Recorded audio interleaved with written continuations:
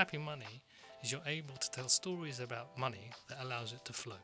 Getting to the top of the first mountain isn't about how much I've achieved. It's about realizing it isn't about achievement.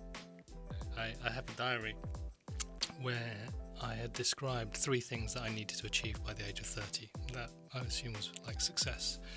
I'd be a millionaire, I'd be a doctor, and I'd have my black belt in Kung Fu. I've come to realise success is a feeling for me. It's less about an achievement or a goal. It's about alignment. There's a movement forward and a comfort with what is. And that for me it feels like a definition or a being of success that will last me a lifetime. The thing that really stood out for me was this idea of nothing is in existence other than the present moment. How can I define what life is about that is aligned to what I want, what I decide, in inverted commas, but it isn't going to harm others? It means that if you don't succeed, if you don't make a lot of money, if you don't have a perfect family, if you don't get a house, if you don't do all of these things that are some measure of success, then you're a failure. What's needed? What's needed right now? And how can I help? And then that, for now, that's my purpose, because that's what's needed and I can do something about it, as opposed to, I only ever do this in my life. It is the most powerful religion this planet has, or these humans have ever created. Beyond any spiritual religion, no matter where you are in the world, you will believe in money. And that sense of agency and that acceptance of what is, for me, is how I would define happiness. We all have the ability to choose, we're not always aware of it. The single most important question someone in midlife should be asking themselves right now. Ooh, wow. The single most important question that someone in midlife should be asking themselves right now. I'm going to shoot from the hip here.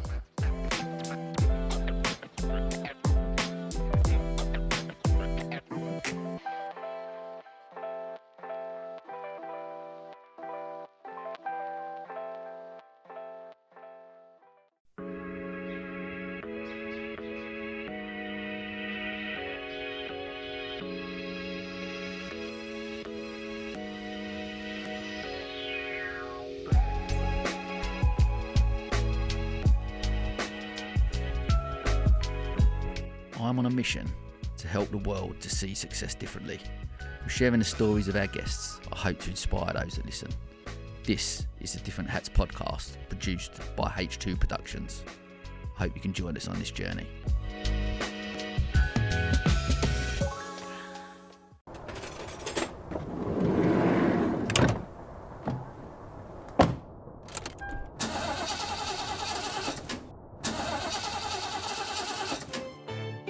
Need a new van? Why not pop down to Rivervale in Brighton? Explore our range of new and used vans, lovingly prepared and ready to work just as hard as you do. Rivervale, making motoring manageable. Okay, welcome to another episode of the podcast. Delighted to welcome my good friend, Dr. Carlos Saba. How are you, my friend? Always find it weird when someone calls me doctor. I am feeling energized, excited for this conversation, but also having just come back from a month away on holiday, I am itching to get going. Yeah, that sounds like, from what you was talking, it sounds like an amazing summer, eh? Well, it was beautiful. It was time with family. I was in Italy. My dad's from Italy, so we have lots of family out there. So it's nice to connect with aunts and cousins and to be in a place where I would go when I was a child. So to have my children experience that as well is a wonderful thing to see. Amazing. And you guys have obviously got, you and Lawrence got summer camp coming up soon as well. Oh, yes. So that's the thing itching to get to, that feeling of being in a field with 150 other wonderful people, breaking bread together, learning about each other, learning new things. It meets my needs for learning, play, and connection. Let's put it that way. I love it. We was talking offline, weren't we? There's so many. We've got so many people, mutual people in between that know of you guys, know of me, and who I've had on the podcast recently who just like rave about summer camp and just been like, just what a magical experience it is. And I'm determined I will be getting along at some point. I'll keep the seat warm for you. Mate, I love it. Well, look, mate, I'm really, like I said, when I reached out to you, I said, there's so, like, following you for a long time and obviously getting to know each other a bit, but your content and the stuff that you put out and the message resonates so much with me, I guess, and aligns so much with some of the stuff I talk about and I guess where my head's at the moment as well and things I'm going through with transition and bits and pieces. So it was just, I was really keen to just explore, delve a little deeper into that and see where this conversation goes. So, but we're gonna kick off as we always do with the big question, I guess, which is success. How do you define it? What does it mean to you? Well, it's been an evolving definition, and still evolving. I've come to realise success is a feeling for me. It's less about an achievement or a goal. It's about alignment. And more, it started off with articulating what that alignment meant, so using words and trying to define values, purpose, needs. You know, a lot of people say that's how you can define success, or at least the direction of success, when you're able to create this idea of what does it mean. But more and more I've come to realise it's a feeling. And it's a feeling of, I would say, contentment at a certain level, maybe acceptance, while at the same time agency. So this feeling like, all right, there's a movement forward and a comfort with what is. And that for me it feels like a definition or a being of success that will last me a lifetime. What do you remember when that shift happened for you? You said it's been evolving, but let's go back then. When 20 years, what would it have been then? I'll go back 30 years. Let's put it that way. I have a diary where I had described 3 things that I needed to achieve by the age of 30. That I assume was like success.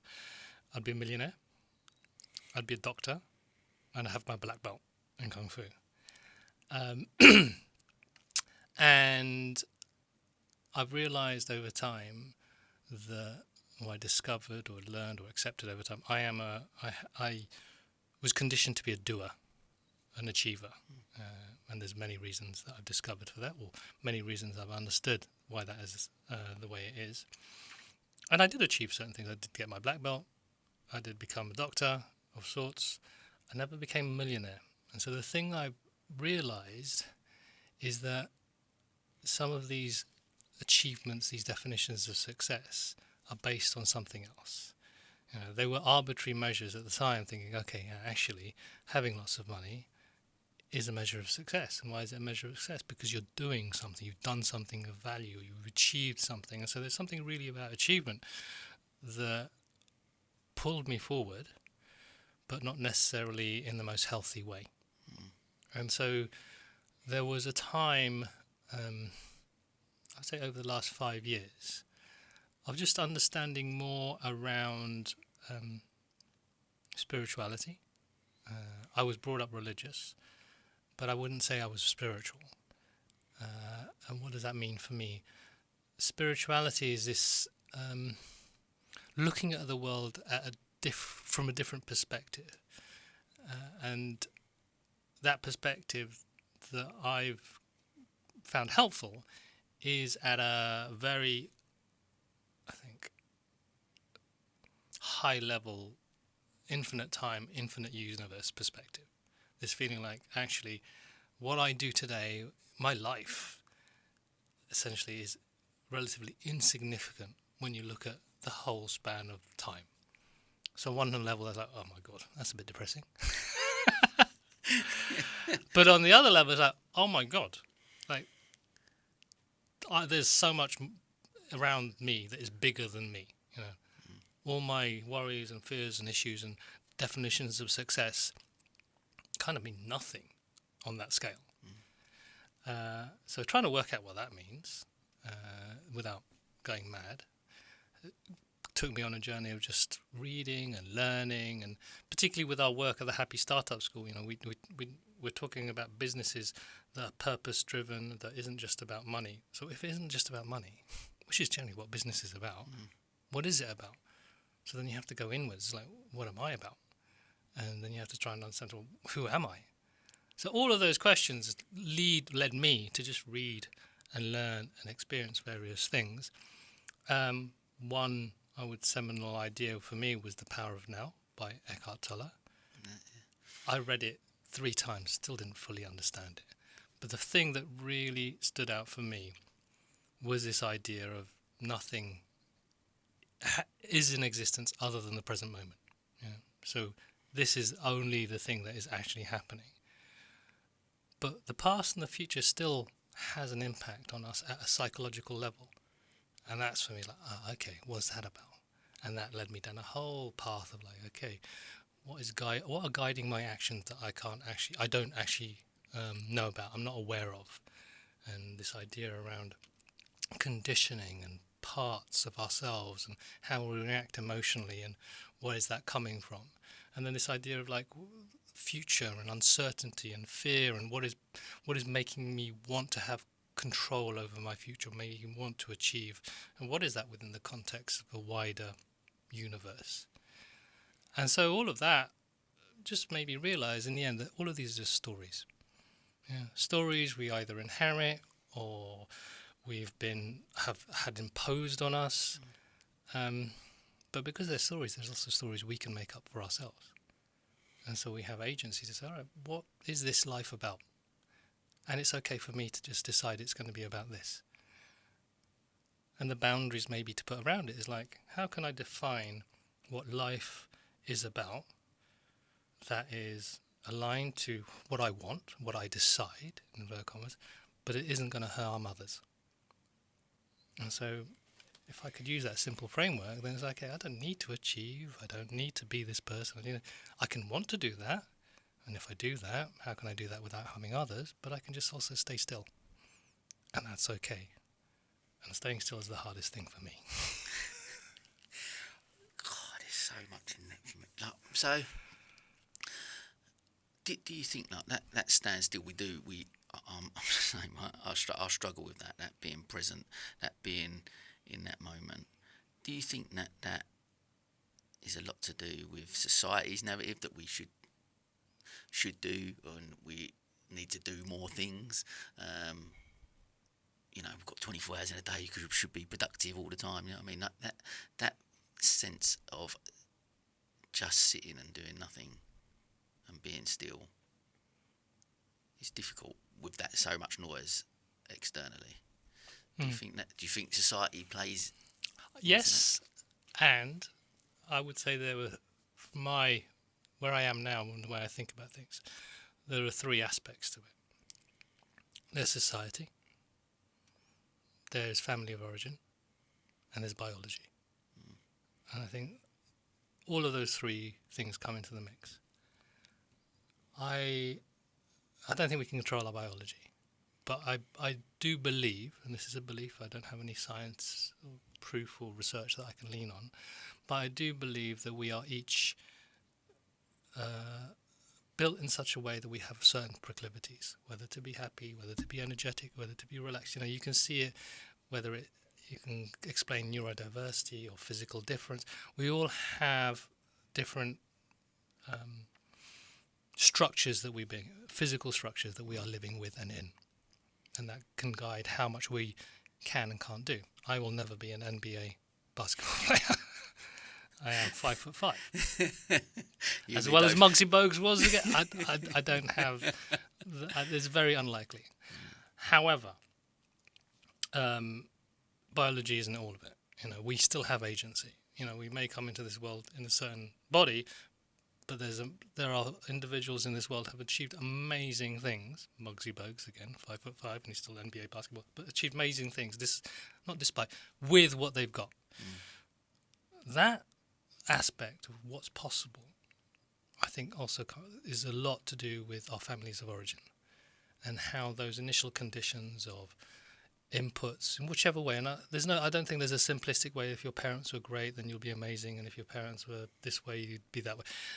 It's such a mix, but it does have an impact. And when you can understand what those conditions were, when you can see your childhood and your parents through a lens that I would say is everyone's got they're bringing different things to the table. Yeah. We don't all, there's no such thing as a perfect family or a typical family. We all come, and as you as a parent, I as a parent, when you think about how you're trying to deal with your being a parent, and then you think about, how are my parents dealing? So those things come into play, and they affect how we grow, and they and us are affected by the wider society and what stories are being told about, like you said, what success is. Interestingly enough, I was listening to a podcast yesterday with Alan de Botton, the School of Life founder, and he was talking about meritocracies, this idea of living in a society where, as I understand it, if you put in the hard work, you will be a success. Success based on merit, based on how you achieve, which is great. I feel a lot of affinity to that. I feel a lot of agency in that, because if I put some hard work, then I will get back what's due to me. However, taking that to the extreme, it means that if you don't succeed, if you don't make a lot of money, if you don't have a perfect family, if you don't get a house, if you don't do all of these things that are some measure of success, then you're a failure. What does that mean for someone who doesn't have the initial conditions, who doesn't have the privilege, who doesn't have the physical capacity to do something? Are they a failure? Or are they, as Alan de Botton calls it, back in the Middle Ages, unfortunate? They didn't have the fortune, they didn't have the luck of the starting conditions some of us had. So if you can just detach that and say, actually, I built the Happy Startup School with Lawrence because I was lucky enough to meet Lawrence. Because I was lucky enough to be in a situation where we were in an age where technology was blowing up, and we could use technology to talk about our businesses. And we were in a time when people were hunger for this sense of connection, and that was something that we wanted as well. And so we were able to build a business that, there's a lot there that isn't just about us doing hard work. It's us being in this infinite universe and something lucky happening. So what I was trying to get at is there are stories that we tell about the world that aren't necessarily true. When you say about, I guess, not childhood, right? So we go back to that, and sometimes the narratives and stories of what we are told from a young age and how that impacts us. One of the things I'm really curious about at the moment, and where I've spoke to you offline about my mission is to have an impact over here with the suicide rate, and I think with mental health and the crisis that we're in here. And I believe the main way we can achieve impact there is starting back here with school, right? And how we maybe tap into more emotional awareness, emotional intelligence, emotional literacy, whatever that looks like. These type of questions that you said about asking yourself, like it's more intrinsic, we look inside, and when can we start doing that? Do you think it's too young for kids to ask them type of questions? Do we have to have part of a life before we can start looking at who we are? Or is that something that we can tap into at a young age, do you think? Not a simple question there. So there are questions that we can ask us, or kids can ask themselves at a young age, that I think will help them make better sense of the world. 'Cause I'm very conscious that ultimately it's about how we make sense of the world we are in right now. And the questions, maybe not so much questions, what I believe would be wonderful for children is for them to always be curious about the world, not for them to grow up saying this is a given. because I think this is where we get stuck on a path, whether it's the definition of success and what it means to be happy, where there's a curiosity that helps them ask the questions, yeah? So they don't feel like whenever they open their mouths they're going to get told off for saying something stupid, where they are able to just express themselves and be curious about what's going on, so that teachers become facilitators of their learning as opposed to spoon-feeding facts. And when it comes to emotional intelligence, I think having, this is one element for me, encouraging that sense of curiosity, personally, for me, means that it gives them permission to not know, and permission to be happy not knowing, because they're allowed to ask the question when they don't know. One of the features of schools is if you don't know and you open your mouth and you get it wrong, you either get shamed because you're told you're wrong, or you get a bad grade, which makes you feel ashamed. There are wonderful teachers out there who don't do that.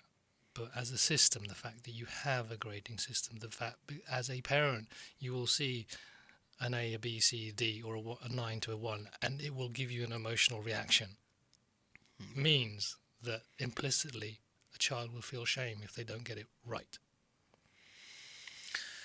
Do you think that then the curriculum, the way we educate within schools, that I've been really open about my feelings about it. I feel that the system's broken, personally. I think that it does need to be looked at because of the things because of that you mentioned earlier about failure, like that message that kids will get from a young age, potentially, because they haven't hit a grade, that they're a failure.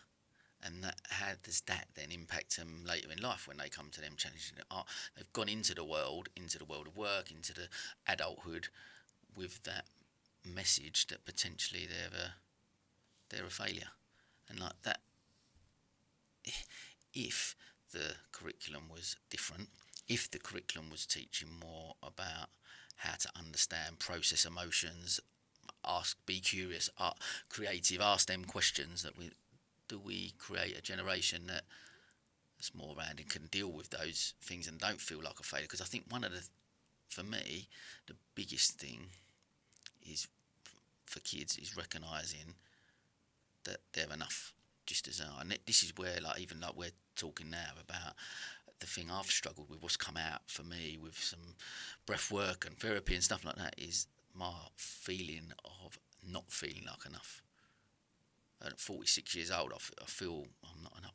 Why is that? And then you start looking and you go back to your childhood, and I was loved unconditionally. I've got the most amazing mum and dad, incredible, loved unconditionally. And yet, where has that message come from? Where is that story, that narrative that I've been playing over and over in my head has gone? And has it come from?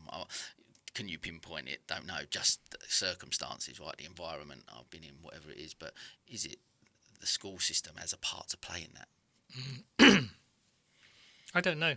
What I do believe is a very individual situation.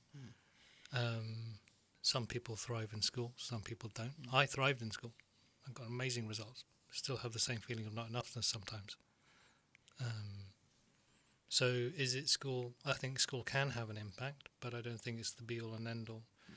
The story that comes to mind, and this is purely my perspective, I think it was the third year we did summer camp. Someone came up and said, "You've got to do this for kids. This is amazing to have this sense of inspiration and connection and freedom, and then for them to then go out into the world with that energy, it'd be amazing." And my immediate reaction was say, well, firstly, dealing with a bunch of kids in the field, not sure I can do that. That's not as much fun as this. No, that takes a little more effort. A few more risk assessments required there. But secondly, the most fundamental thing is they can get this here, but they'll still go back to their parents. And their parents will, and they get it in schools. And this is, I wanted to be a teacher at some point, and one of the things that stopped me from being a teacher is there's only so much you can do in school. Because if the parents aren't supportive, if the parents are dealing with their own stuff, if their parents have got their own view on life, doesn't matter what you teach the kids. At some point they will go back and they will be guided by that viewpoint, energy, whatever it is. You know, and a lot of the stuff that I've been reading a lot is around the influence that our childhoods have on us. And even if they're wonderful childhoods, some things, stories, energies happen that you interpret and you adapt, and then that can stick in the body. So I think, I believe the questions about school is a complex one, and it goes beyond school. It goes beyond, it's about how is, let's say, this country being directed? Where are we going? What is the vision for the country? Because as simplistic way I understand it is, there was a time when this country was an industrial country, and it was about how can we prepare our people to build this country based on these industrial principles, and that worked. What is the future of this country? What is the future of countries? What are we trying to do? You know, in an age of AI, that's the new question. But what, you know, it all connects, because there was a time like we build stuff, we make stuff, and that's the growth of the nation. But now, how much do we need to build? And still, stuff needs to be built. It's hard. It is hard, and I agree with what you said there. Like we mentioned earlier about David Eakins, who we both know, and he come on, and we mentioned exactly this, right? That in relation to the environments that the kids can come in, and you're right, and we could maybe teachers come out of university and they're taught around emotional intelligence. You're going to go in and this is what you're going to coach kids now. Based, the curriculum's all changed. You're going to coach them around emotional intelligence. So the teachers have got the skill sets now to go in and deliver that to what we're talking about. But it's the parents that have got to be coached as well, right? They've got to be. There's got to be an understanding for them, because you become a parent. There's no book to how do you become. There are lots of books, but you just got to do it, right? You learn to become a parent. What does that look like? You're only going on your lived experience and your learned behaviour from your parents, and you go, okay, maybe I would change that, or I'd do something different. But actually, I've not got the skill set to be able to. So the different environments, it has got to be the three elements, right? I believe the curriculum's got to change. Parents, when you become parents, there's got to be some form of coaching. There's got to be some element to understand them, and all of it for me comes back to this understanding and processing our emotions, and really knowing, like looking inside, asking those questions, being curious about that. Because once you do start to understand and process that, does that then give you the ability and the skills and the toolkit to be able to have a conversation about how I'm really feeling? This is how I feel, and know that actually I'm going to feel angry at some point. I'm going to be sad. I'm going to experience joy. I'm going to experience sadness and grief and all of those emotions. But being able to sit with them. Actually, sometimes you have different emotions at the same time, and that's okay as well. But I think I look back to my childhood and think that just wasn't talked about. That wasn't even a thing. And some of the conversations I have around my dinner table now with my kids are completely different. So we talk about everything, right? So you go, what is it that if we was to imagine giving parents, teachers, kids, giving these toolkits to go out, does that help that next generation to be more emotionally aware, so they have these conversations to understand? Does that then have an impact on that mental health crisis? I definitely think it'll have an impact. Even when you were saying I am sad versus I have sadness, being able to disconnect this feeling of emotion to your value as a being or your essence as a being, that as part of emotional intelligence, I think is incredibly important. When a child is caught up in the rage, to allow them to be caught up in the rage, and not to say you're being naughty, but you're experiencing rage. And then you're saying, okay, where is this? Firstly, helping them acknowledge that, let that move through their body, and then helping them articulate where's that rage coming from, as opposed to just squashing it. And so there is, and whether that's an adult or a child, it's the same. It's like, how can I allow these, and there's the intelligence of being able to articulate what are all these emotions and feelings. And then there's the wisdom to allow them to flow before you try to make sense of them, and to be around people who will also be with that challenging emotion without trying to shut it down or to be scared and run away.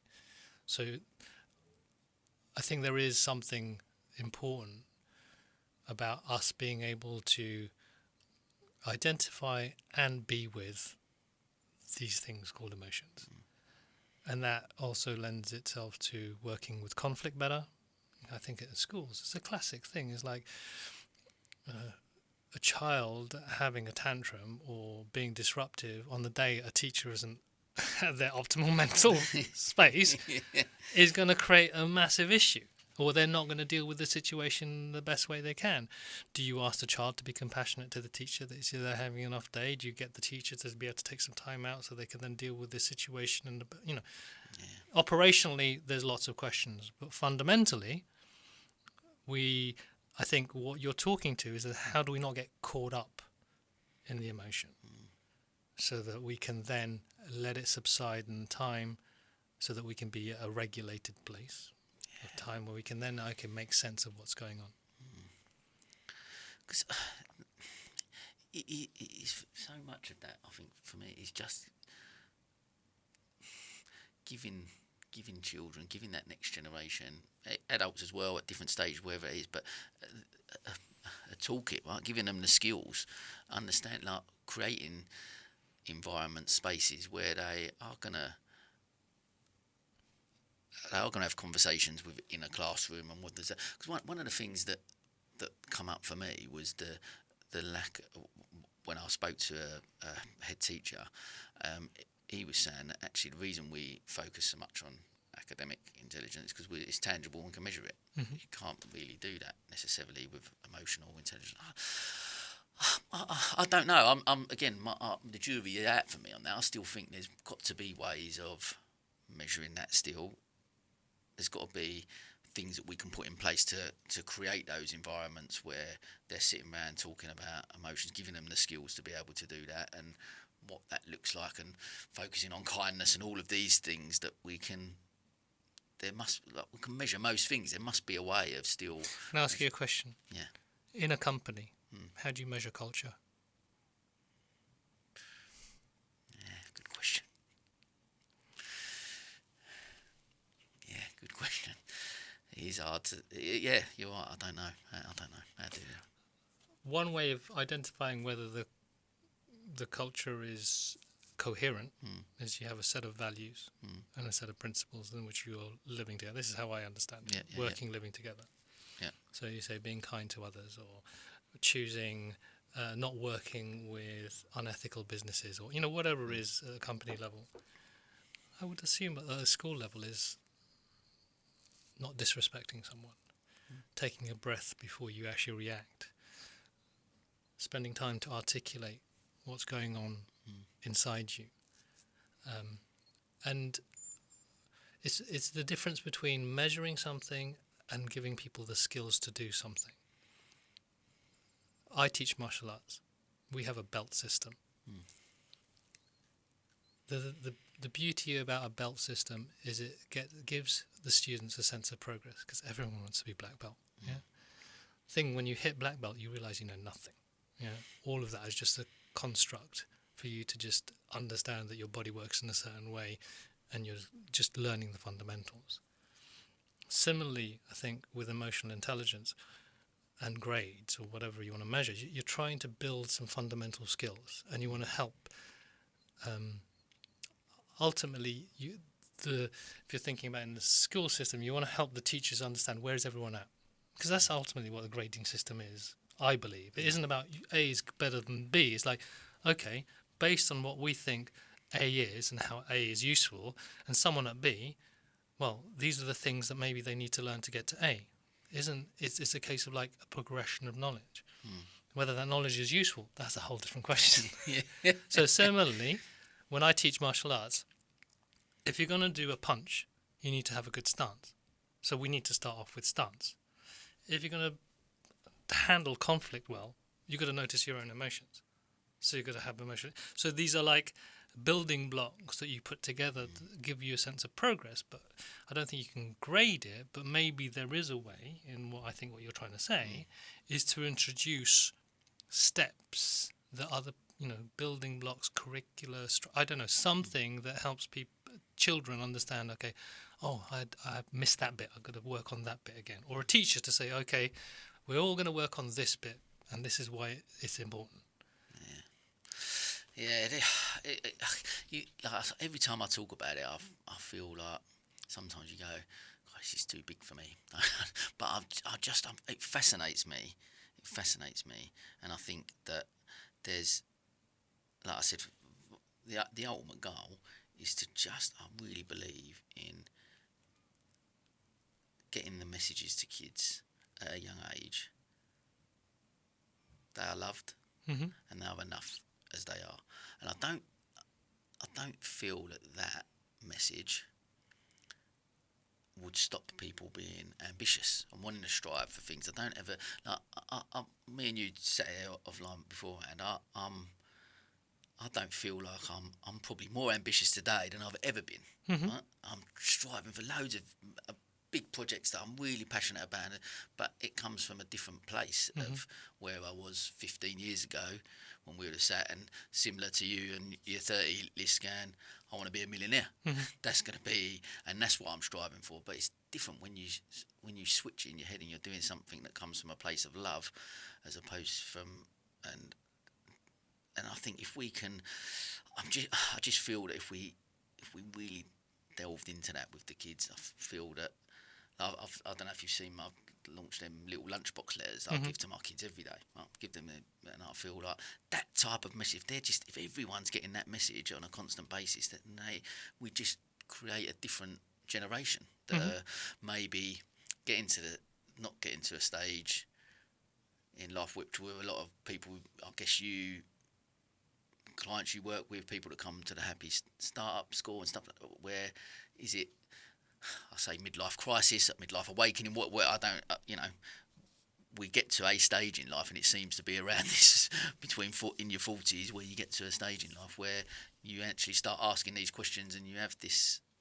Can we stop people getting to that stage, or is that an inevitable place that we're going to get to anyway, despite what happens when we're younger?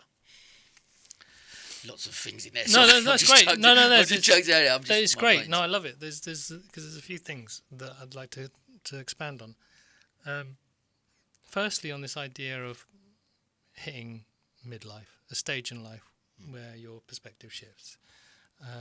What I found helpful is David Brooks' Second Mountain, sort of a story or framing. The first mountain is very much about personal achievement, wealth, status, fame, and then there's a point where you get all of that, and there's like something else is missing. My perspective on that is like you get to that peak. The thing about the peak of a mountain is there's not a lot of space, just you, and you realise that's really disconnecting. So what the second mountain is about is thinking about what's missing here and what is it I really want. And it's quite interesting you talked about ambition. I think ambition can be seen as a bit of a dirty word because it means like striving and trying to, again, go up the first mountain. The framing I had about ambition is it's action with intention. It's like, I want to achieve this. I want to get to this. And the thing about the second mountain, which is I think what's giving you energy, is you want to make the world a better place for people. That's what's pushing you, not your own self-worth and gain. It's like, I see this as a challenge, as a problem to be solved, because I've personally experienced something around it, and I know what it feels like, and I don't want others to feel that way. And I believe that if more people can avoid this problem, the world would be a better place. And that excites me. And so now I'm going to go all in on that. And everything that I do, whether that's firm balls, whether that's different hats, whether it's podcast, is going to be infused with this energy of making the world a better place for people who are struggling with mental health. And that's like, oh, it all makes sense now. I can do anything these days, but that's the driving force. And that's, for me, the shift in terms of what is it we're trying to get young people to do. You know, there's this sense of enoughness and this sense of agency that I can do, because we don't want people just sitting around being zen and doing nothing. Or I don't know, maybe it'll make the world a better place. Who knows? But there's enough problems in the world that need to be solved that we don't want everyone just sitting around watching on Netflix. So we want to give this sense of, I want to fix problems in the world, because there's a lot of people trying to fix problems in the world, but talking to what you said, they're coming from a place of, when I fix them, I'll be enough. As opposed to, I've been taught that all of these feelings and emotions that are coming out, they're just biochemical signals based on stimuli from the world that is informing me about myself and some things that might not be healed, or things that I'm struggling with that I still have to work through for the rest of my life. And that's okay. It's because I'm content being a kind of fallible, imperfect human being. And there's that problem over there that I really want to solve. And I've probably got a vested interest in it because I've felt something, I've been connected to it. You know, one of my friends, my son's friends, wants to be a surgeon because his mother had cancer. So it's really connected. I want to make people well. Yeah, it makes sense now. It isn't like I want to be a doctor because it looks good. I want to be a doctor because I want to heal people, because I can see what impact it has. I've experienced what impact that has. So I think having that ability to understand what are these, you know, these energies that come up in us that make us react and make us make decisions whether, I need to make more money, or I need to like do this deal, or I need to heal the world. You know, what is that being informed by? And if it's coming from a place of, like you said, love and self-compassion and understanding, then maybe when I do that thing, I won't be so blinkered. I won't just push hard. I'll accept advice. I won't take the world on my shoulders. If that thing isn't done, then I've failed. It's just, I'm moving through the world. I'm just one other human in this whole system trying to make things happen. But my work to do, the thing that I can do, storytelling. If I tell enough stories, systems are going to change. I don't have to do the groundwork. I don't have to be in every single school. But if I can tell the story well, if I can show ways of doing things, if I can make the connections, I can help other people as well do the work as well. I love that. Because there is that, isn't there? There's that thing of thinking, I guess you go, once you've found, again, this is something I've been curious about, like people try like finding your purpose. I guess there's that, again, sometimes there's pressure in that narrative on people going, I've got to find it. Well, I don't know what it is. I've got to try and find this thing, especially when you go, like kids, like, how can you ask a kid, can you find your purpose at 12? And of course, I don't know what I'm 12 years old. Like, so, but again, so much of it comes back to, I guess,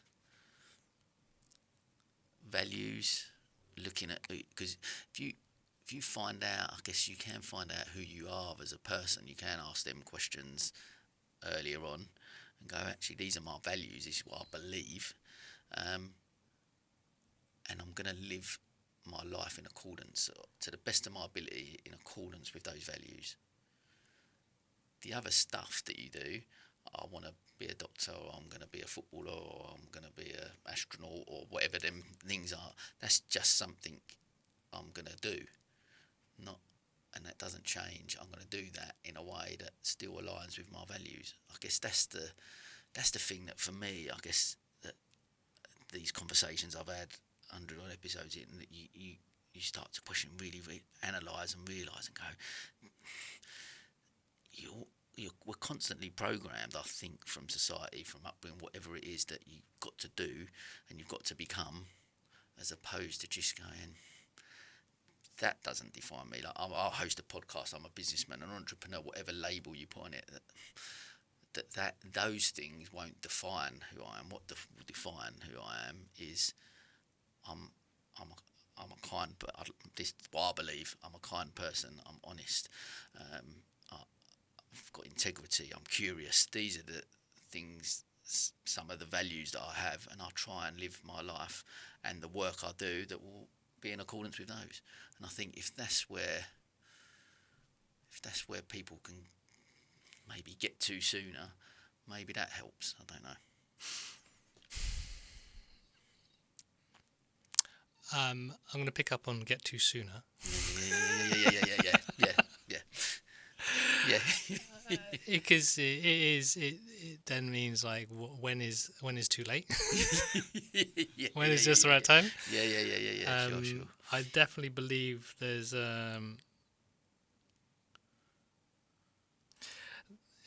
this idea, or personally, I would say this is for me, is like this being able to feel happy in your own skin, let's put it that way. To not feel like, oh, I need to do this in order to be a better person. That's a very inside out way of looking at the world, and that is that's where I think your words around emotional intelligence as well as self-knowledge are vitally important, and also understanding that we are all working things out, because a lot of this I believe is down to comparison. So I need to be here because that person's there. So that thing, and then the not enoughness is based on there's a level of enough, when it's actually just a feeling of like I don't need to go anywhere or be anything. And if you were stuck on the beach, actually let's take this one, and this might be contentious. During the pandemic, a lot of people couldn't do anything. And there were people who were just happy not to do anything. Yes, some were like learning how to cook and bake and make sourdough pizzas or whatever it is. But there was this kind of, for me anyway, nearly a global permission to stop. Yeah, you're so right. And that was okay because everyone else had stopped, more or less, within everyone's...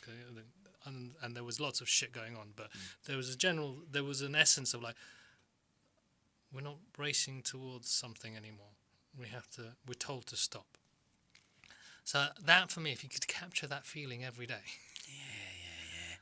I can just stop, and I'm still okay. I'm not suddenly going to be blamed or shamed for not doing anything. And then there's I do live in a world. I do live in a place where some people need like podcasts, some people need marketing, some people want coaching advice, some people want bread made. There are roles that can be filled that help other people.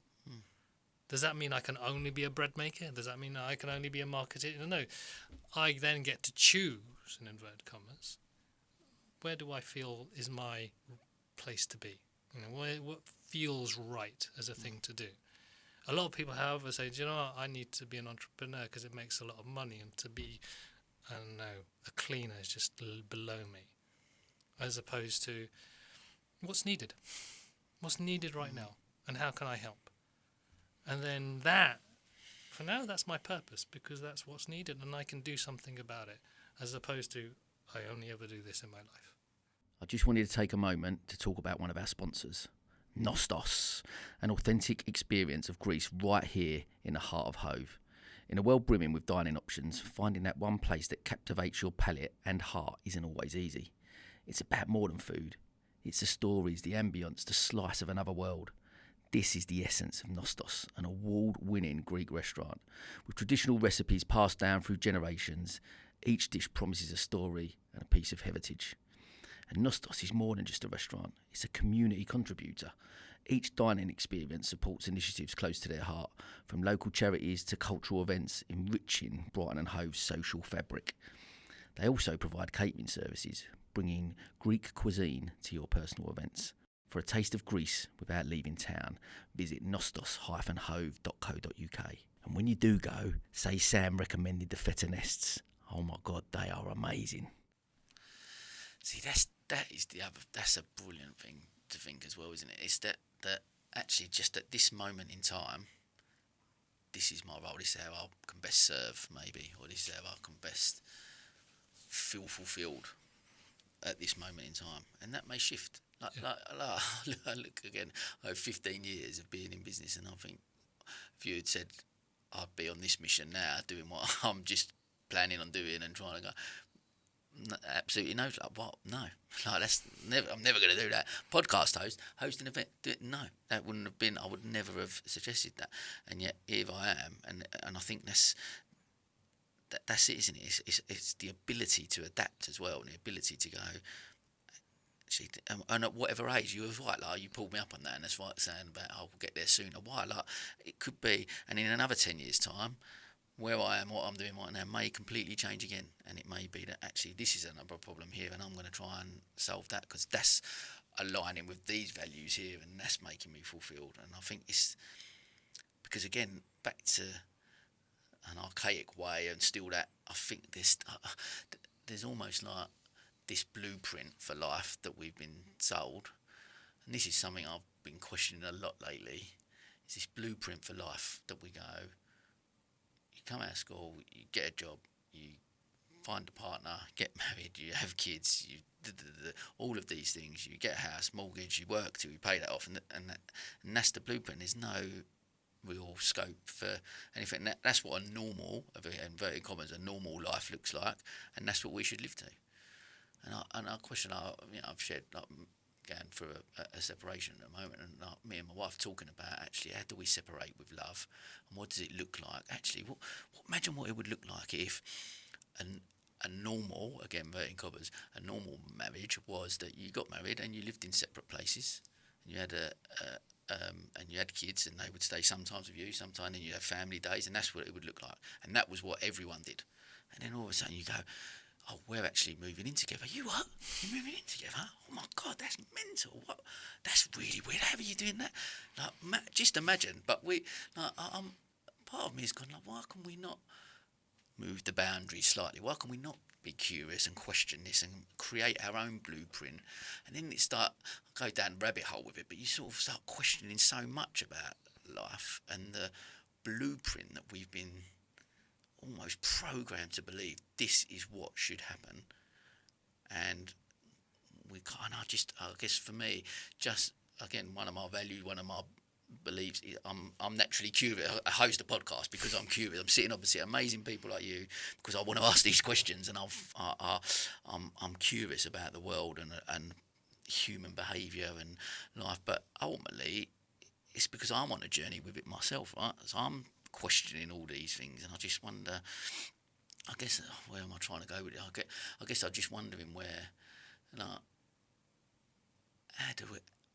do we, as a society, as a nation, as a world, how do we take a step back and look at this blueprint and actually go, yeah, this isn't the only way. There's different ways, and we're actually,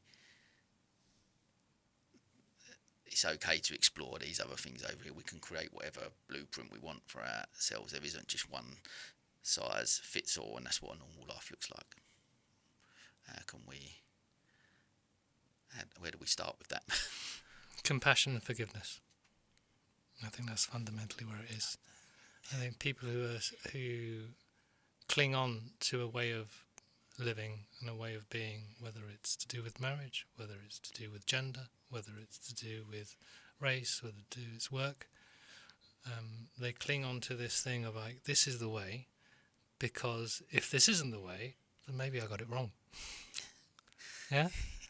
As opposed to, this way works for me, that way works for them, that way works for them, that way works for them. And the trick is, how can we all work together given the different ways that work for us? Unfortunately, or fortunately, on one level, we live in worlds, societies, where there are certain boundaries that we've tried to introduce to create order and structure. I think, and this is, I think, talks to your whole thing about emotional intelligence, is that some of us have gone too far clinging onto that structure because we're scared of other things that are different because of what it says about us. And so we blame, or we name and shame people who aren't like us because we want to defend our way of life. Because we forget our way of life is dependent on everyone else living.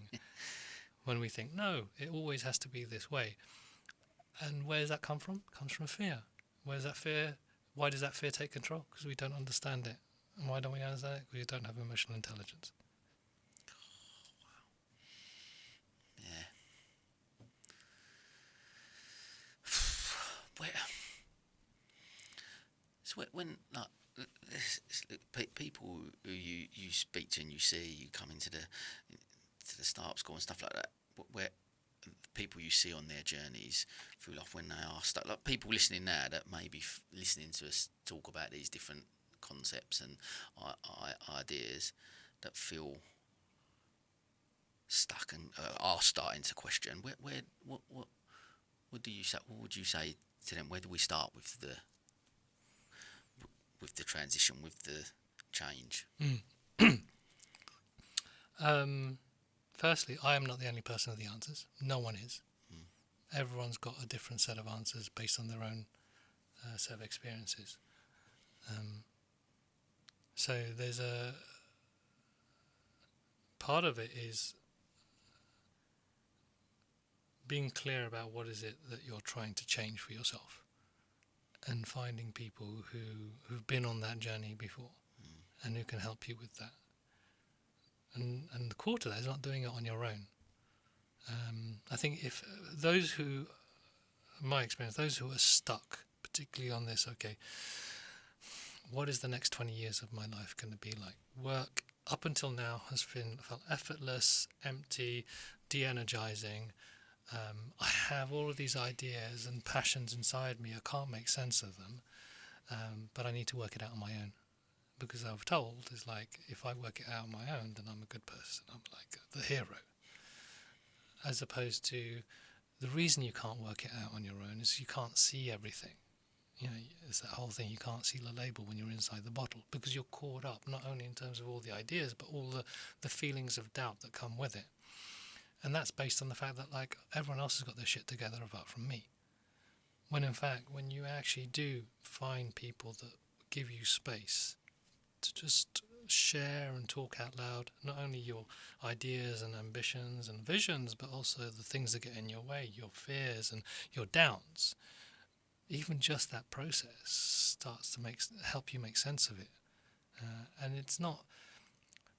Most of the time, I believe, other people don't have your answers, but they give you a space for you to find them for yourselves. And it's finding the right spaces, the fertile soil for you to plant these seeds of your next life in. And being very clear about, okay, what's important to me in that experience. And then from there, not holding on too tightly. Success means this. It's actually, do you know, the people I love working with are people that, all right, something needs to change. I have no idea what it is. I know it's not going to feel like this. It's going to be like, and I'm really curious about what it could do, what it could be. And I'm scared, but I'm still going to do something about it. Because more often than not, those people end up doing something wonderful. And something that actually touches other people's lives, as well as makes them feel like you're feeling like, I want to do more. Yeah. And what? I guess one thing I wanted to touch on with you with this, especially this period as well, where people are at and they come with that and they know they want to do something more. And you mentioned earlier about that first mountain, getting to the stage where achieved maybe certain things. It's really strange. I feel like personally, I'm on the second mountain, yet I don't feel I've got to the first mountain yet. Does that make sense? Depends how you're defining the first mountain. You know, if you're defining your first mountain being like, I am now materially, financially independent, and I have the freedom to choose what I want to choose because I'm not constrained by anything other than my own mind. I don't think anyone gets there. What do you do? Ultimate? I think the second mountain story is a beautiful, evocative story that just speaks to the person who is an A-type high achiever. most people who get to the top of their game know that there's someone even further up. I think getting to the top of the first mountain isn't about how much I've achieved. It's about realizing it isn't about achievement. That's what the peak is. Yeah, it isn't like, oh, once I hit sea level, I've done the first mountain. What's next? It doesn't matter where you get to. It's like, actually, this isn't it. Yeah, that's brilliant. I love that. Yeah, okay. And then, but while we're on, you mentioned there about obviously the financial thing. I want to talk, because I know you mentioned about happy money before. Mm-hmm. I do want to delve into that a little bit as well, because I think I know when you and Lawrence come on the radio show, we talked about this as well, and around, I still, all the stuff I talk about and all the stuff I know to be true, and yet sometimes the thing that still keeps me up at night is the lack of money, right? Mm-hmm. That financial scarcity. Mm-hmm. I guess that thing, because, and maybe some people listening will resonate and go, it's great talking about these things, find your purpose, follow it and do the things, and I'm doing all them things, and yet there's still that element that you don't come from a place of abundance. Mm-hmm. So you come from a place of scarcity, and that clouds your judgment sometimes, because you then come from a fearful place. What people are listening and going, yeah, this all sounds great, but I still need to pay the bills, I still need to put food on the table. Talk to me a bit more about what does happy money mean, I guess, and what advice around that piece around the financial bit. Short answer, happy money is just not being scared. There's two elements to the way I look at it these days, and I've learned from various people about money at a practical level as well as money at an emotional, energetic level. And I would separate that too. There's how we feel about money, and then there's how we handle money. And they're very, I think it's helpful to look at those in different ways, because when you are scared about money, you're not going to manage it well, because you're going to hoard it and you're not going to spend, which means you don't invest and you don't grow, and so your business stagnates. And also that fear could be like, I'm not going to look at the money, and so I'm just going to let it slip through my hands, and so I'm going to spend more. I'm not going to look at what's going on in financials, so I will get into debt, and I won't actually be spending money on the right thing because I don't want to look at it. So there's what you need to do with your money, and again, how you work with money, it's numbers. It's just like a business is a really simple thing. It's like, make more than you spend, and then you will survive. That's super simple. The trouble people have is like, how can I ask for more money, and what am I allowed to spend my money on, and what am I spending on my money on? The amounts, that's just numbers. How and why, that's emotion. Why am I spending all of this money on a car? Because I want more love. Why am I not getting that, asking for that invoice? Because I'm scared of being rejected. These are the things that, and you could be, you could have a really modest amount of money, but feel the richest person in the world because you're not scared to spend it. You're not scared to get into that credit card because you'll just pay it back because you know how to manage your debt. You're not scared to ask for to get paid or to raise your prices, because that money is going to go towards something that you think is important, whether that's your kids, the growth of your business, the impact on other people. Basically, you're telling stories, or happy money is you're able to tell stories about money that allows it to flow.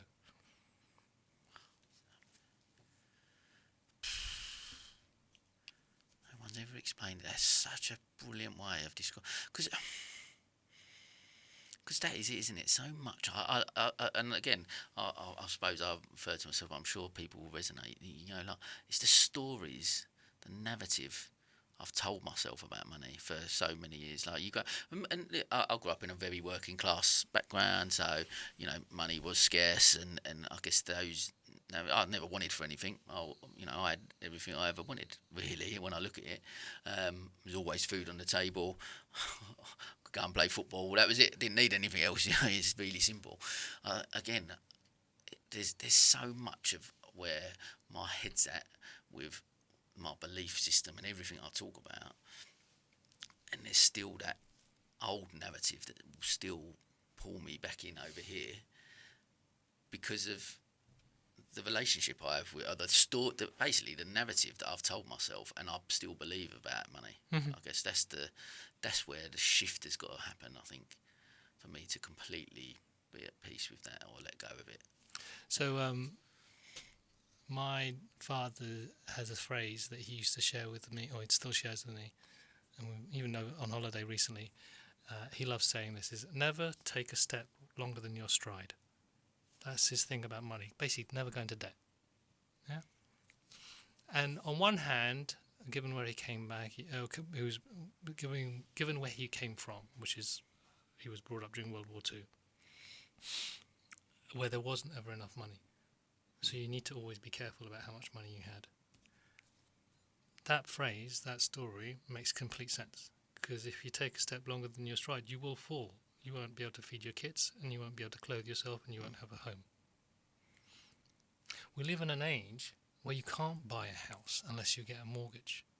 You can't have a home without debt. So if you take that story and impose it now, you'll never have your own place to live. So, and if you're going to open a shop, you're going to have to wait 20 years to afford enough money to actually buy the lease. Yeah? Which time do you still want to do that shop? You may want to start a social enterprise that is about giving people jobs in a bakery, but you can't buy the bakery, so you have to wait 30 years until you built up that money. No. You learn to accept that actually money is a construct that now is just bits and bytes before it was coins. And how it flows or what storage will affect how you use it. Most of us are in debt these days. Yeah? And as we saw in the 2007-2008 financial crisis, it's easily wiped away if you want to. Whether that has an impact or not, I don't know. But at the same time, it isn't suddenly the world collapses if you don't have enough money. There is, it's a religion, as I heard recently, it is the most powerful religion this planet has, or these humans have ever created. Beyond any spiritual religion, no matter where you are in the world, you will believe in money. And so when I think about it that way, it's like, yeah, shit. It is all belief. I'll tell you another mutual friend of ours, Joel Lawton, he said to me recently as well, and it was which made a lot of sense. He said it's just like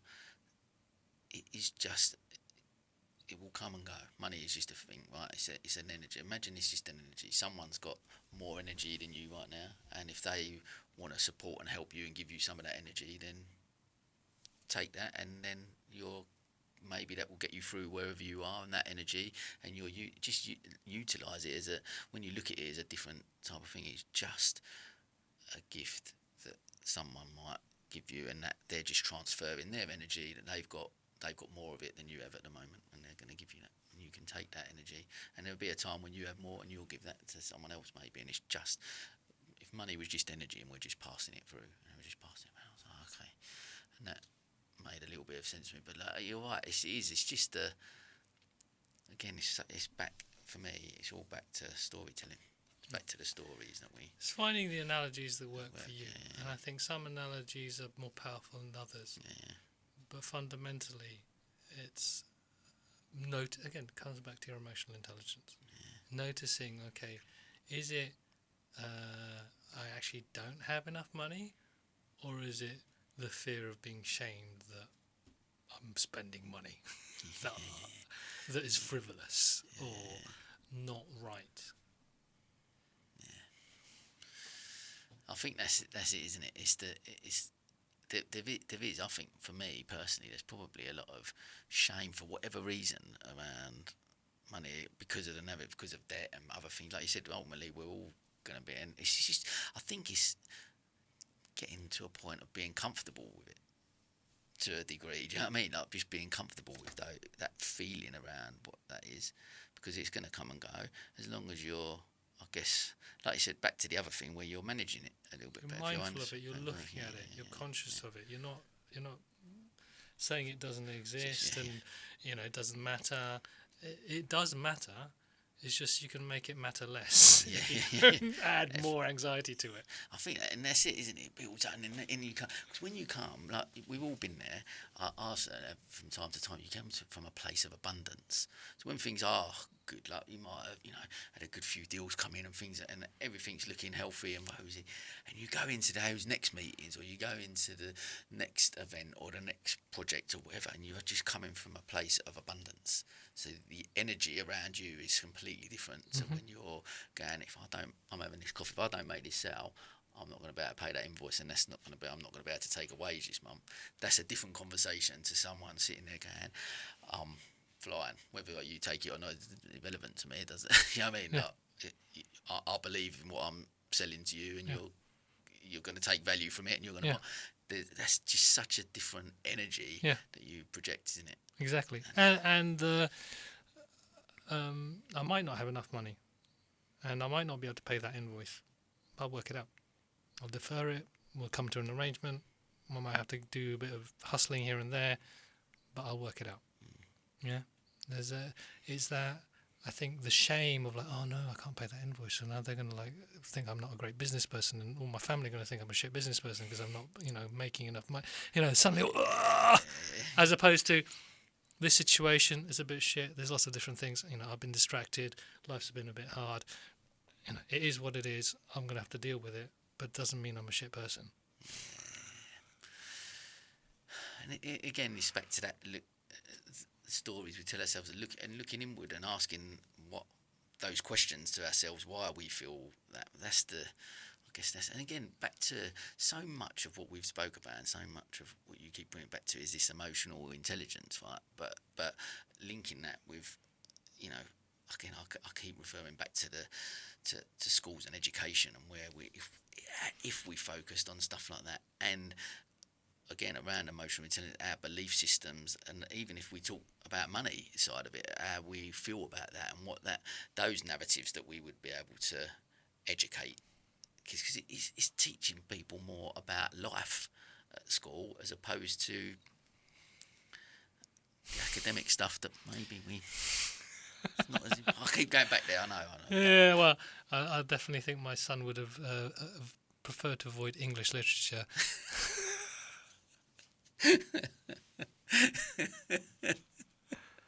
He could have probably taken more emotional intelligence classes than English literature ones. But I want to talk about happiness, right? All these things we're talking, we're talking about emotions, and again, there's an element for me where I talk and reframe success. This is my big thing and what I really focus on. But actually, there's another narrative out there as well with the happiness side of it, that that emotion that we've got to feel, that we've got to be chasing that all the time as well. Like, what does happiness mean to you? Talk to me about that side of it.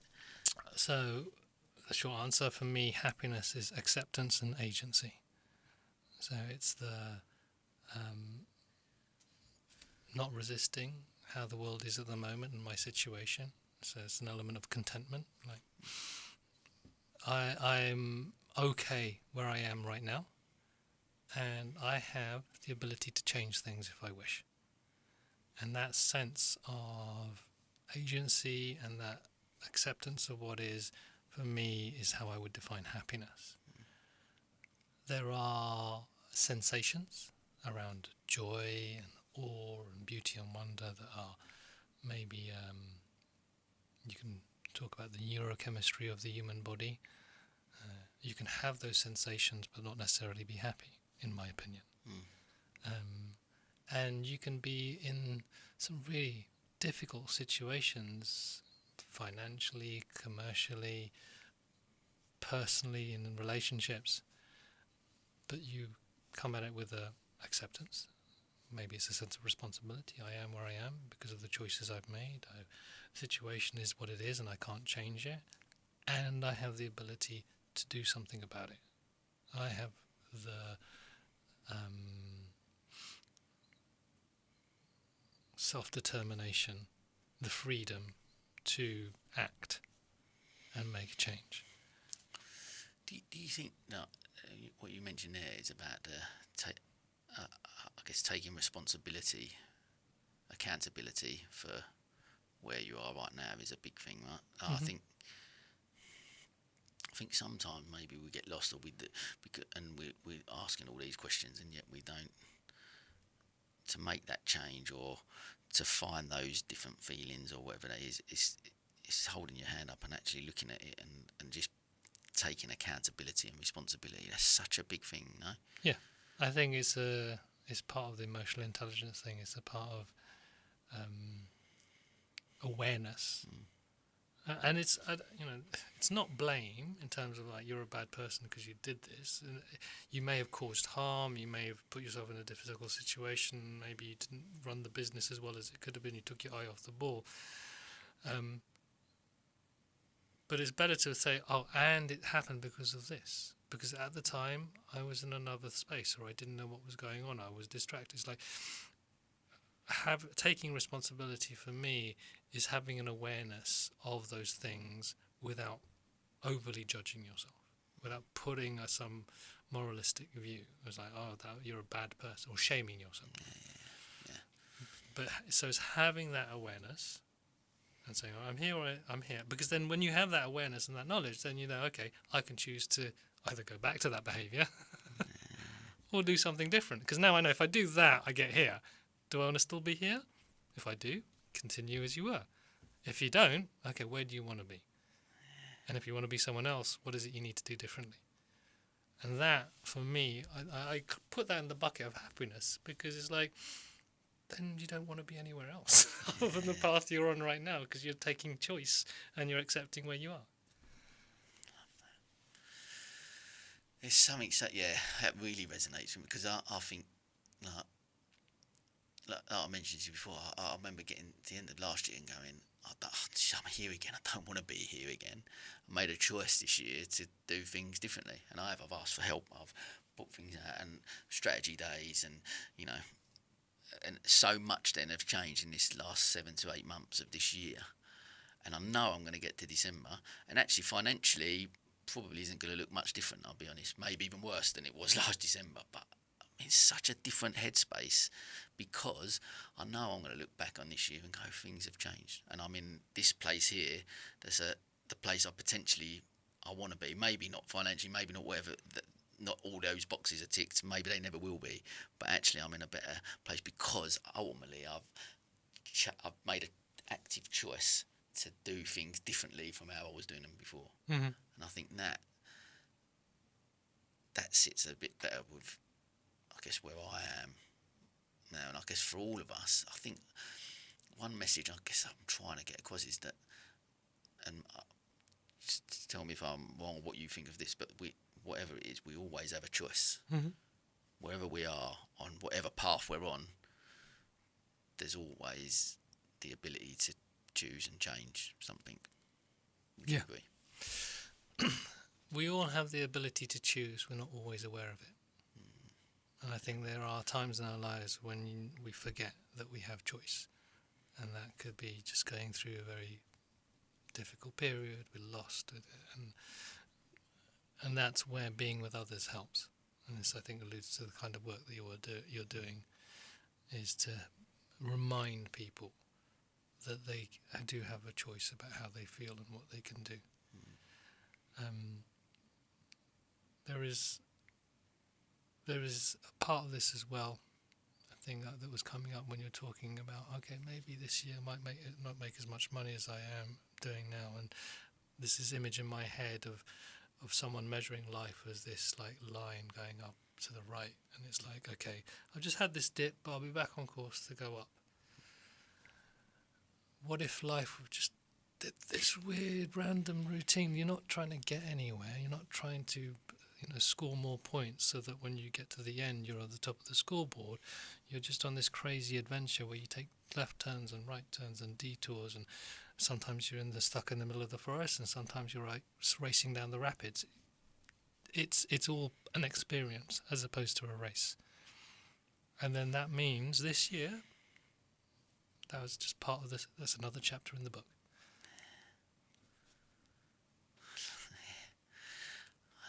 And again, when you reframe it like that, and you look at life, it's just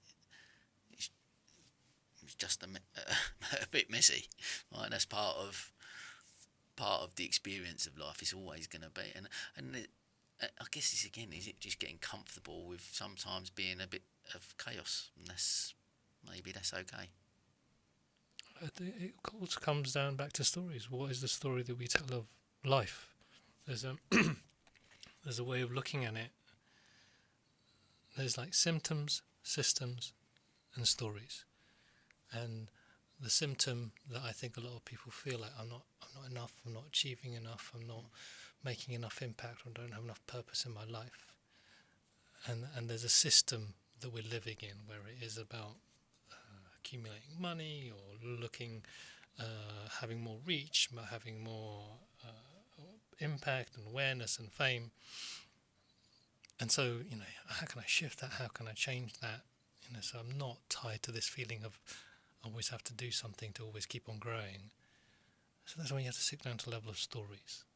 What am I telling? What are the stories that I'm telling myself? What are we as a society, the stories that we are basing all these systems on? And if it is that life is linear, the story is there's a beginning, there's an end, it has to do this, there's a step-by-step process. It's all about gross national product, it's all about personal achievement. If these are the stories that we have, then we'll create systems that then perpetuate the feelings that we're feeling. If some of us say, actually, zoom out, this is some mad, crazy, infinite, chaotic universe that we live in, that anything can happen, I have no idea. I don't want to hurt people, but I don't want to be stuck feeling like I have to do all of these things that people are telling me. How do I navigate this middle and look at life as an adventure where I'm just looking out for myself, looking out for the people around me, minimizing the harm, but maximizing the joy? What would that be?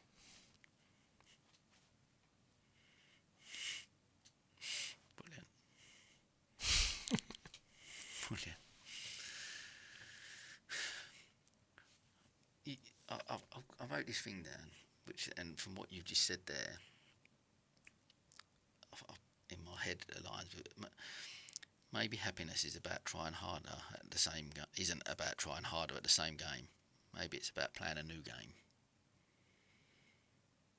Listening to you talk, am I on the right path and thinking along the lines of we're playing this game, and that's all life is a game, right?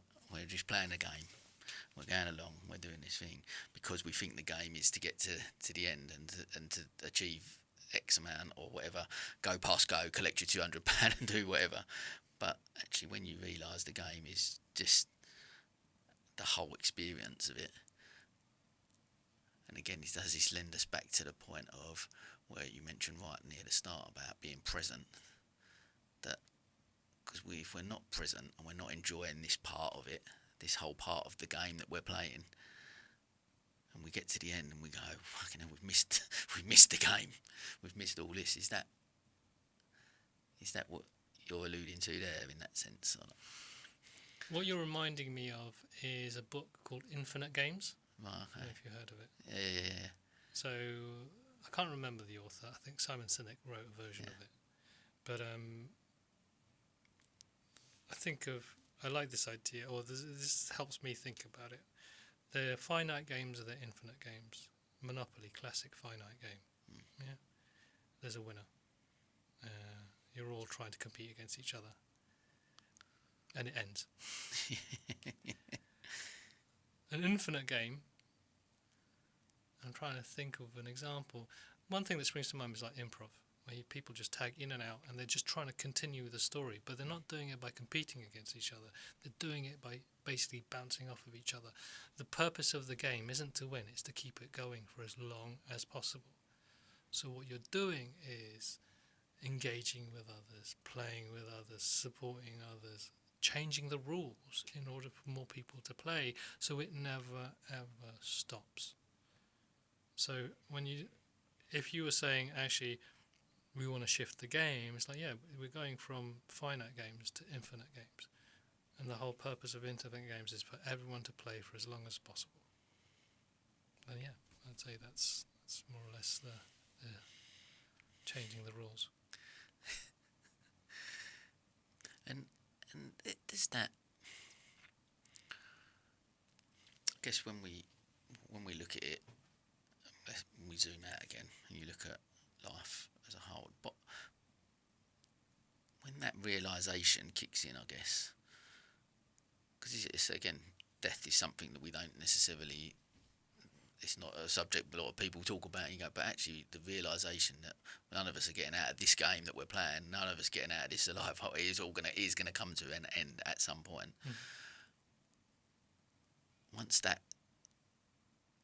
you have that realisation, and potentially at 46 years old, I'm probably halfway through my game, maybe not, maybe a little bit closer, but I'm halfway through that game. Watch your cholesterol, you'll be fine. Yeah, keep shooting this out, I'll be alright. That cold water therapy's doing me a treat. But you go, once again, that realisation, we're not getting out of this, no matter what way we look at it, we're not getting out of this alive. It's going to come to an end. So between now and whenever that end is, whenever that's going to be, and none of us know, right? Just got to experience and the joy and of all of this journey to that end point, because there's going to be an end point. That realisation of that.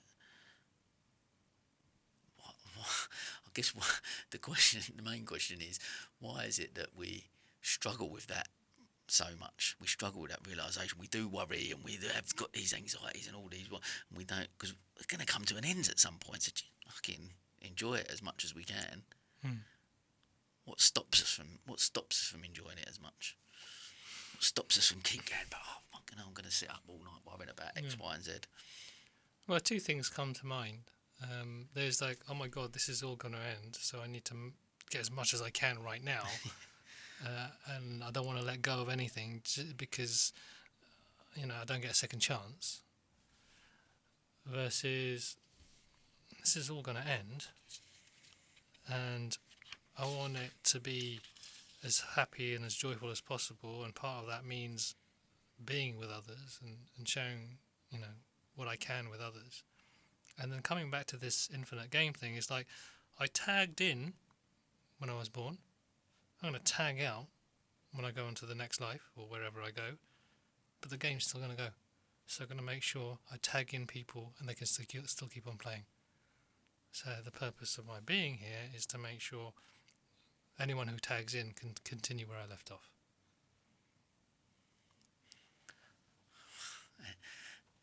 And potentially, if along that journey I've made the game a little bit better, made the world a little bit of a better place for the people I'm taking in. Made it easier for others to play.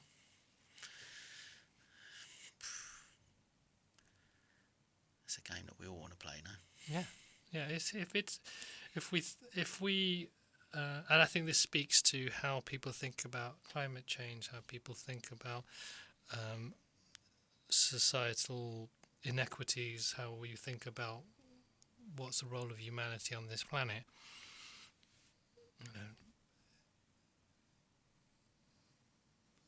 I believe most people would be appreciative of spending the time tagged in a place where they have agency and acceptance and connection. So if we can always be mindful of that as we're playing, so that the next bunch of people can do the same, then maybe that's all we need to do. Say that again. Agency, acceptance and connection. So, like I said before, accept where I am, accept that I am who I am. I don't have to be, I'm not a bad person inherently, and I have agency to grow and change and impact the world, and I want to feel connected to the people around me, because whatever I do, the agency I have will have an impact on others around me. And so my guiding principle is making sure I minimize the harm of that agency while at the same time maximising the joy of acting in the world.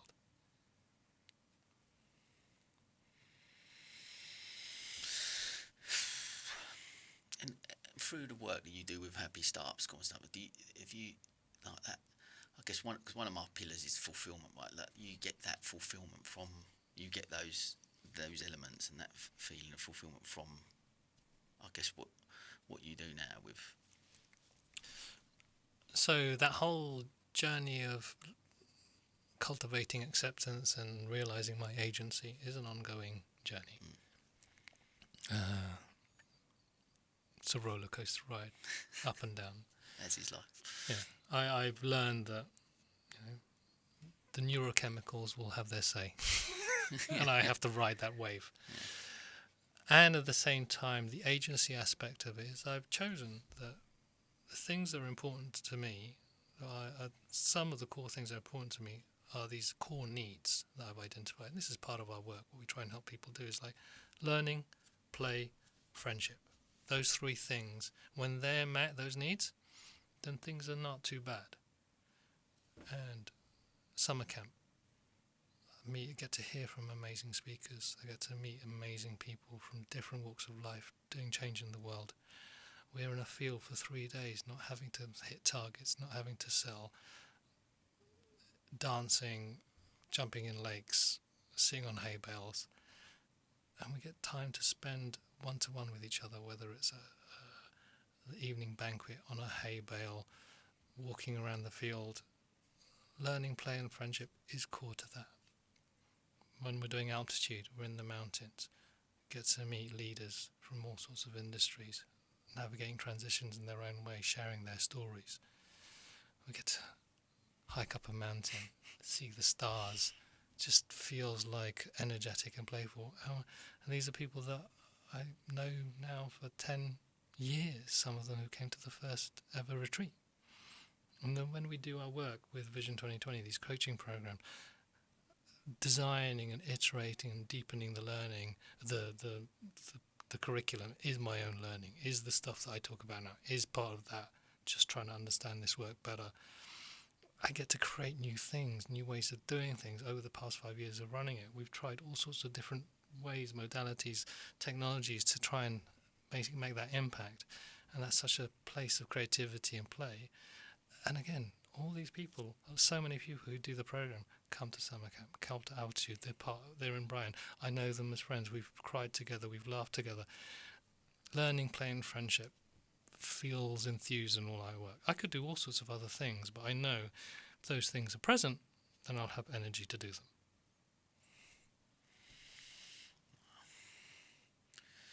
What a wonderful place to be, eh? I'm lucky for now.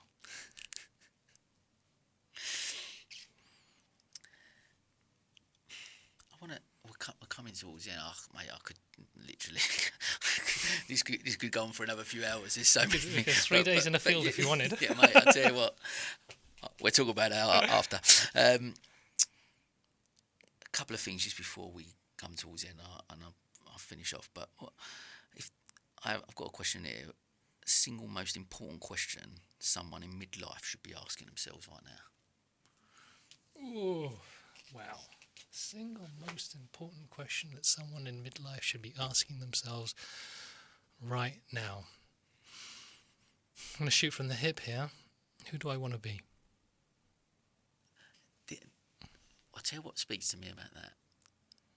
Not what do I want to do.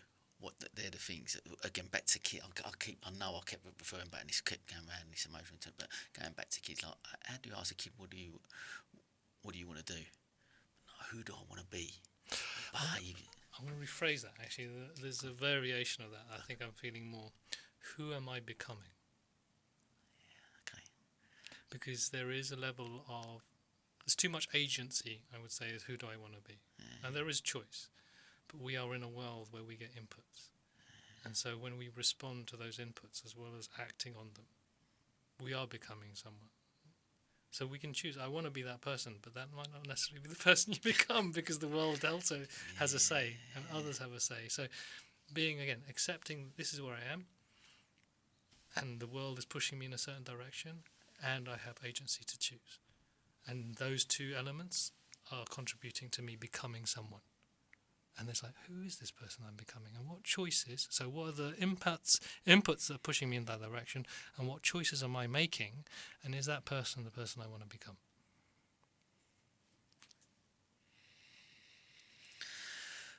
Mate, honestly, thank you so much for, not just for today. I guess I said to you before, like, and at the beginning of the podcast, I started with like so much of the stuff you put out and the stuff that you and Lawrence do with the Happy Startup School, but the content and the message that you keep putting out, it speaks to me, right? So like when something resonates with you so much, it's like another post for me. Thanks, guys.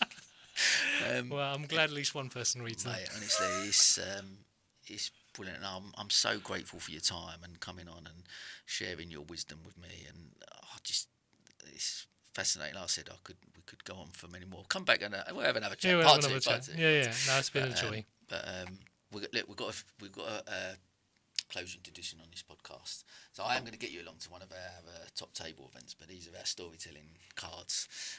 So. It's quite funny. We have these conversation cards that we have in the house, and my daughter loves picking them out. Oh, really? Have you got? Yeah. Okay.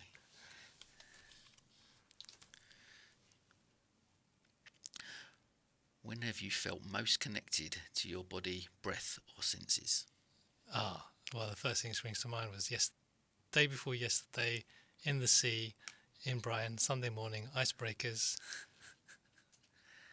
That was the last time. I would say I had another level up of that during my holiday. Every morning I'd get up at 6:30 and go to the beach. And the beach there, no one's there in the morning. And it's like a swimming pool. There's no waves, it's just flat. And I would spend the morning swimming towards the sun. So you can see the sun glistening on the sea, and all I'm doing is just following the light. Swim and then lie back and just float. And nothing else exists apart from my breath and my body. And the myriad of horrible thoughts. Mate, what you just described sounds like heaven. What I believe heaven will look like. Oh no, it's beautiful. It is beautiful. I've done it. I was very similar. I've done the other day. I already swam in the morning, and then I'd had a meeting, and it was a beautiful day a couple of Fridays ago. And I was driving down from Falmouth. You know, you look at the sea, and there's literally it's like a mill pond, and it's not. And I was like, I've just got to get back in, and I just went and got back in, and I was just going to go for a little swim, and I ended up swimming for about 2K. I just kept swimming. Similar thing. The sun was setting. It was just glistening. I was just swimming out and just following it, and it was just there was not a ripple in it, and it's magical. I can imagine that's what heaven's like if it exists. But what a beautiful way to finish, mate. Thank you again. Honestly, it's been wonderful. I'm truly grateful, and good luck with Happy Startup School. I'm sure the summer camp's going to be epic again, and I will join you in that field at some point. Thank you for the opportunity. Mate, it's amazing, and that, as they say, is a wrap.